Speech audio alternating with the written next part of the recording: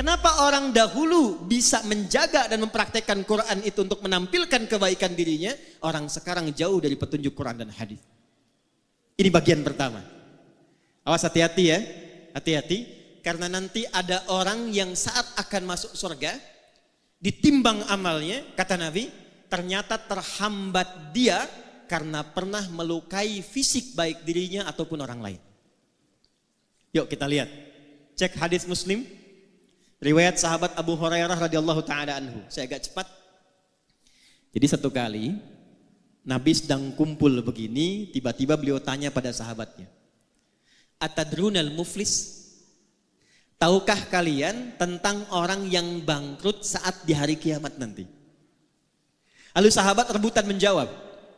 Kata mereka, "Ya Rasulullah, al-muflisu fina ma la dirham lahu wa la mata'." Orang bangkrut menurut kami yang sudah tidak punya uang sepeser pun, tak ada aset sedikit pun.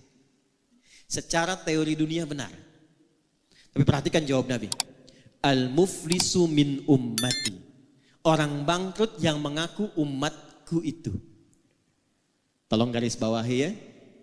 Nabi tidak menyebutkan umatnya Nabi Isa, tidak menyebutkan umatnya Nabi Musa, tapi ada orang mengaku umatnya Nabi Muhammad sallallahu alaihi wasallam. Saya tanya yang hadirin di sini semua, kita umatnya Nabi bukan? Ulangi, kurang keras. Umatnya Nabi bukan? Perhatikan baik-baik, hati-hati. Ada di antara umat Nabi, ya'ti yaumal qiyamati, datang di hari kiamat bisolatin, solatnya rajin sekali. Jadi tercatat tulisan di kitabnya itu rajin solat. Jangankan fardunya, sunnahnya pun dia buru. Dia tahajud, dia sholat sunnah, ada catatannya. Wasyamin, rajin puasa. Jangankan Ramadan, Senin datang dia puasa, Kamis datang dia puasa. Dia tak tunggu Senin Kamis, dia lakukan puasa Daud. Wazakatin, rajin zakat. Fokus. Cuma sayang kata Nabi, wayati qad syatama hadza. Tapi saat yang bersamaan dia pernah mencaci orang lain. Wa qadzafa hadza, menuduh orang lain. Wa daraba hadza, menyakiti fisik orang lain. Puncaknya, awas hati-hati, wasafaka dama hadza, bahkan ada yang menumpahkan darah menyebut nama Allah di dalamnya. Allahu Akbar, tembak orang lain. Allahu Akbar, bunuh orang. Allahu Akbar, bom orang lain. Hati-hati, kalau Nabi pernah sampaikan berarti potensi terjadinya itu mungkin terjadi. Maaf, mudah-mudahan tidak terjadi di Medan dan di tempat lainnya lagi. Apa yang amin? Jadi waktu terjadi bom di Jalan Tamrin, itu saya sedang di Lampung. Duar meledak.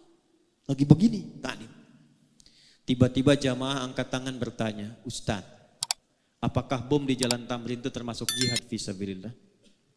Saya bilang, "Pak, sependek pengetahuan saya, jihad fisabilillah itu jihad di jalan Allah, bukan di Jalan Tamrin." Jihad fisabilillah itu jihad di jalan Allah, bukan di Jalan Tamrin. Maka kata Nabi, kalau ada yang seperti itu mesti hati-hati. Karena apa yang terjadi? Tukhadhu hadza min hasanati. Kalau ada orang baik sholat, lantas dia setelah sholat mencela orang, maka diambil pahala itu dari sholatnya, diberikan kepada orang yang baru dicelanya itu. Kalau ada orang puasa, saat buka menggibahi orang, menggosipkan orang, itu diambil pahala puasanya, ditransfer kepada orang yang digibahi itu. Fa'in faniyat hasanatuhu, kalau habis kebaikan ini masih ada sisa satu, pernah fitnah orang, maka karena nggak ada bekal lagi, bangkrutlah dia. Dosa-dosa orang yang difitnah itu diambil, diberikan kepadanya. Faturiha finnar, maka dicuci dulu di neraka, baru kemudian diangkut, diberikan ke dalam surga. Fisik. Awas, penting saya sampaikan karena sabda Nabi ini zaman sekarang kita mudah dapati. Betapa banyak orang cuma update status tapi isinya bisa melukai